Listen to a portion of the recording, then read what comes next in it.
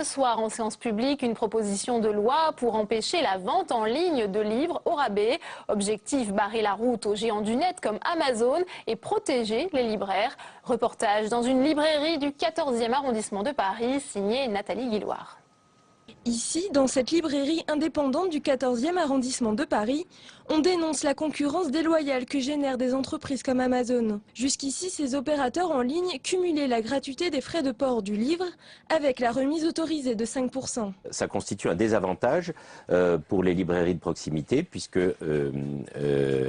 implicitement, ça amène au fait que la vente sur Internet est qualifiée pour faire des remises déguisées sous forme de gratuité des frais de livraison au client final. Car je précisais aussitôt, en réponse à la question posée par la journaliste, que si nous jugeons cette mesure évidemment comme positive, puisqu'elle figure au nombre des mesures d'application immédiate prévues dans le plan livre de la DML, pour autant, prise isolément et sous la forme présentée au Sénat, elle n'a aucune efficacité et aucun intérêt pour les libraires indépendants. Car sous cette forme, elle n'a d'incidence concrète de compétitivité que pour ceux qui, à l'instar d'Amazon, vendent des livres sans librairie ni libraire, et bientôt sans livre d'ailleurs. Et elle ne concerne donc que des libraires qui abandonneraient leur métier de libraire pour se transformer en magasiniers emballeurs et expéditeurs de carton, avec le projet inepte de combattre l'artillerie lourde de la multinationale Amazon avec un lance-pierre, ce qui n'est évidemment pas le cas des 7 ou 800 libraires, véritablement indépendants de France.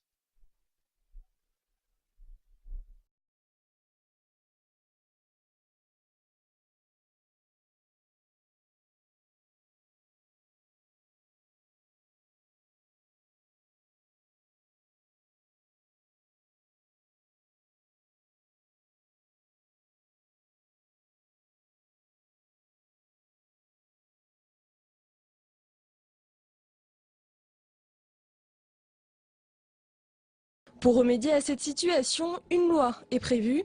Baptisée anti-Amazon, elle vise à favoriser les librairies en empêchant les opérateurs en ligne de vendre des ouvrages à des prix inférieurs à ceux imprimés sur les couvertures.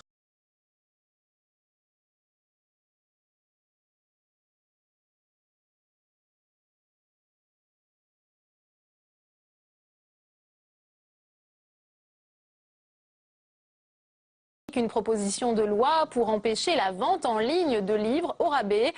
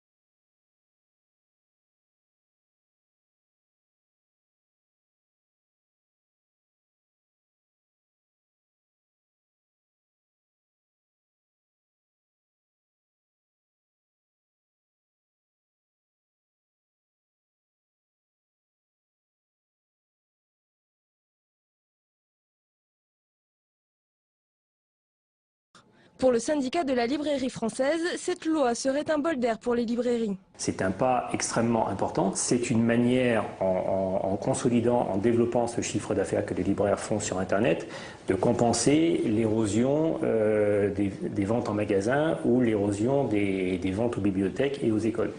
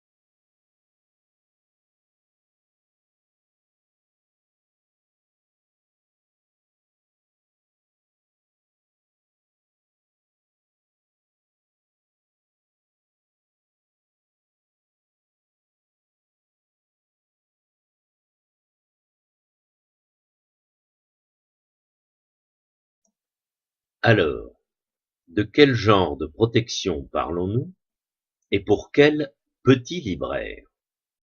Après avoir été voté à l'Assemblée à une large majorité, le texte est débattu ce soir au Sénat. Et pour en parler, on accueille sur ce plateau Corinne Bouchoux. Bonsoir, vous êtes sénatrice Europe Écologie Les Verts de Maine-et-Loire et vous participerez donc au débat ce soir. La séance publique aura lieu à partir de 21h30 au Sénat. Alors la ministre de la Culture, Aurélie Filippetti, estime qu'il faut agir face à la concurrence déloyale que représente Amazon. Qu'en pensez-vous ? Écoutez, je pense que c'est ça la vraie question. Ça n'est pas tant une loi contre. Je pense que les lois contre sont vaines.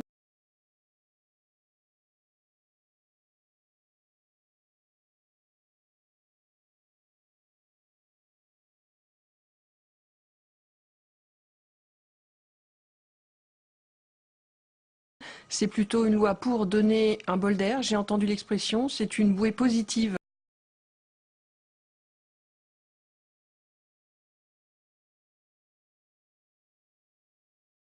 Pour permettre aux libraires de s'adapter aux évolutions technologiques.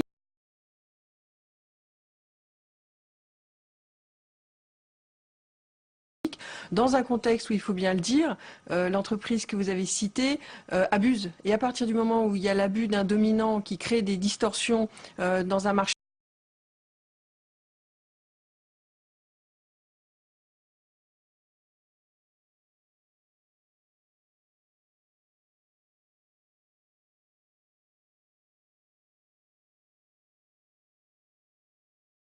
qui est un marché particulier, le marché du livre, le marché de la culture, il est du rôle du législateur de remettre un peu les pendules à l'heure et de donner un bol d'air aux libraires pour pouvoir leur permettre de s'adapter aux évolutions du marché du livre.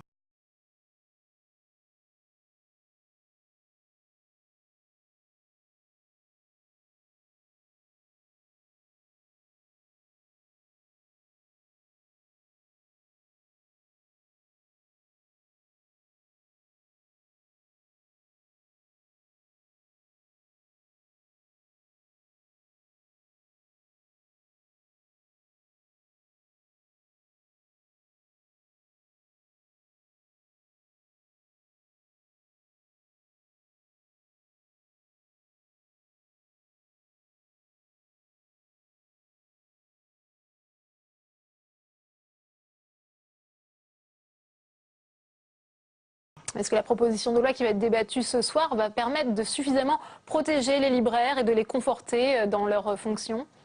Je pense surtout que cette loi leur donnera l'opportunité et le temps d'avancer pour envisager un système de vente mixte. C'est-à-dire qu'il faut continuer à vendre des livres, à conseiller, à créer du lien social de façon physique dans les magasins. C'est vital, c'est le lien. Et puis peut-être aussi que les libraires doivent aussi s'emparer, même si ça a un coût, des techniques de vente en ligne. Parce qu'après tout, le plus grand Amazon de France, ce sont les vraies librairies qui ont dans leur cave tous les livres que l'on veut acheter.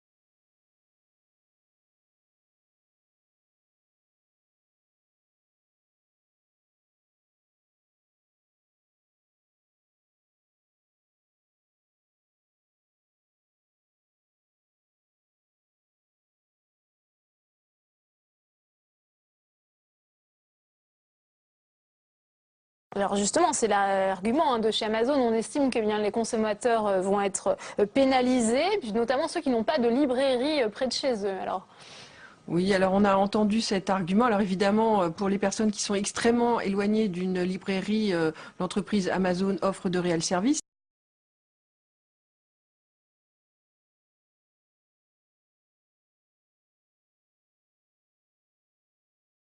Néanmoins, lorsque vous regardez qui achète des livres, vous avez aussi un certain nombre de personnes qui sont en ville et qui pourraient très bien avoir le réflexe d'aller voir le libraire.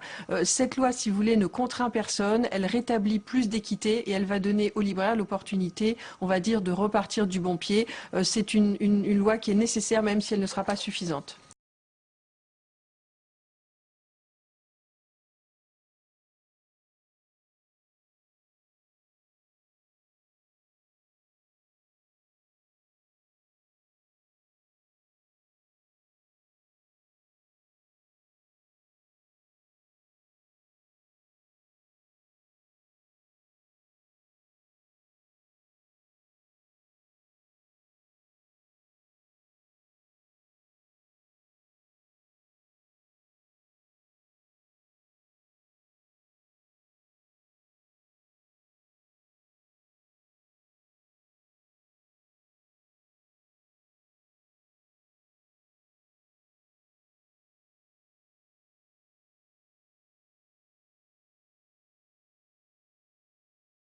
Alors on sait que Amazon, cette entreprise, a souvent défié la loi, notamment en matière de fiscalité, des conditions de travail très dures. Comment faire pour s'assurer que bien, ce géant du net respecte cette loi ? Écoutez, votre question est excellente. Peut-être qu'on pourrait envisager ici même une mission d'information ou d'enquête. Ça concerne effectivement les conditions de travail qui sont particulièrement difficiles et pénibles, voire limites. Ça concerne la fiscalité où en fait on sait bien que Amazon a des bénéfices très importants qui ne sont pas tous déclarés en France et que le fait qu'il y ait un siège au Luxembourg permet des facilités que n'ont pas justement les librairies de quartier. C'est là où il y a une distorsion de concurrence.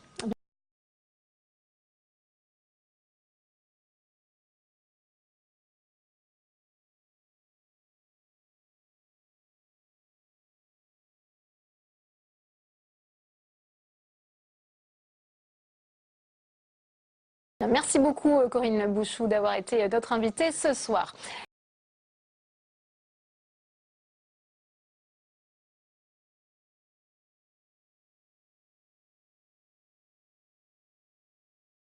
Et on a posé d'ailleurs, Corinne Bouchou, la question à notre partenaire du nouvelobs.com.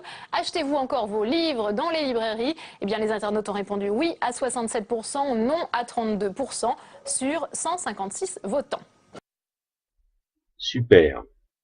On peut donc espérer que ces 156 Pékins anonymes ont été remerciés comme il se doit pour leur contribution essentielle à l'édification de notre jugement dûment informé.